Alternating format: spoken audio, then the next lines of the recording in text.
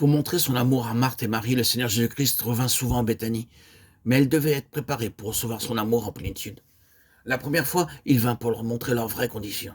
Si nous désirons réellement recevoir l'amour de Dieu pleinement, nous devons voir d'abord notre condition coupable et corrompue. Il n'y a rien de bon en nous, comme Paul l'atteste. Ce qui est bon, je le sais, n'habite pas en moi, c'est-à-dire dans ma chair. J'ai la volonté, mais non le pouvoir de faire le bien. Romains 7, 18. Il nous faut bien des années pour apprendre cette leçon, parce que nous ne voulons pas admettre qu'il n'y a rien de bon en nous. Ce n'est qu'après bien des échecs que nous voyons combien nous sommes pécheurs et corrompus, et que nous devons être délivrés de notre nature pécheresse. Il y a quelque temps, quelqu'un me donna une pomme rouge, je la gardai 2 jours, puis je la coupai et la trouvai gâtée à l'intérieur. J'essayai de trouver au moins un bon morceau, mais il n'y avait pas une seule partie qui fût bonne.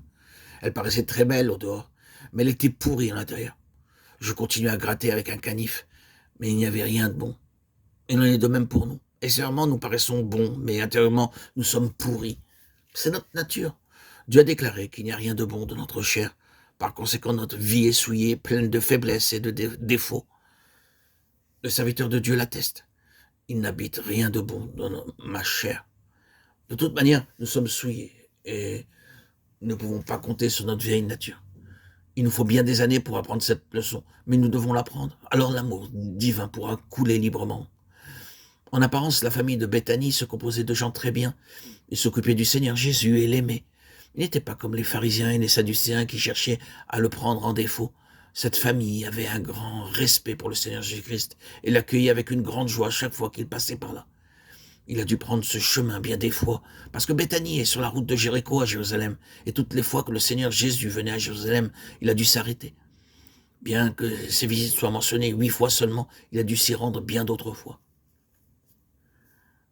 Le Seigneur connaissait très bien leurs conditions, et ce n'était pas parce qu'ils étaient parfaits qu'il s'y arrêtait. Il savait ce qu'il pourrait accomplir en eux en y allant. Aussi, il continuait à s'y arrêter. La première fois qu'il vint, c'était pour leur montrer leur vraie nature et leurs réelles conditions, car lui seul peut voir nos cœurs. Samuel était un prophète de Dieu et un homme d'expérience, 1 Samuel 16, 7. Après bien des années de service comme prophète de Dieu, il fut envoyé à Bethléem. Dieu lui avait dit « J'ai rejeté Saül et je veux qu'un autre soit oint comme roi ». Dieu n'a pas révélé d'avance à Samuel que David allait être roi à la place de Saül. Lorsque Samuel arriva à la maison d'Ishaï, Eliab, le fils aîné d'Ishaï, lui fut présenté. Il avait une belle apparence, un corps puissant.